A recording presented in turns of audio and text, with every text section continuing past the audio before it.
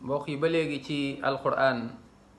suñu delloo ci alquran mu ngi ni nga ubbi saar bu ñuy woowee suratul infitar mën nga dem vérifier ak man mooy saar bu ñuy woowee suratul infitar borom bi subhanahu wa taala di ci wax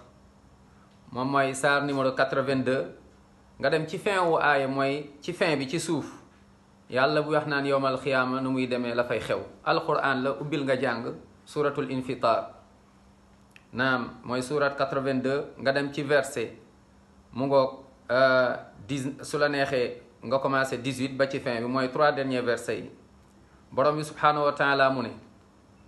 tàmbale ci verset 17 ba ci fin bi yàlla mu ne bés penc kan moo lay xamal luy bés penc nan la fay demee lan mooy yowmal qiyaama taxawaay ba ñëpp taxaw yàlla mu ne mooy bés boo xamante ni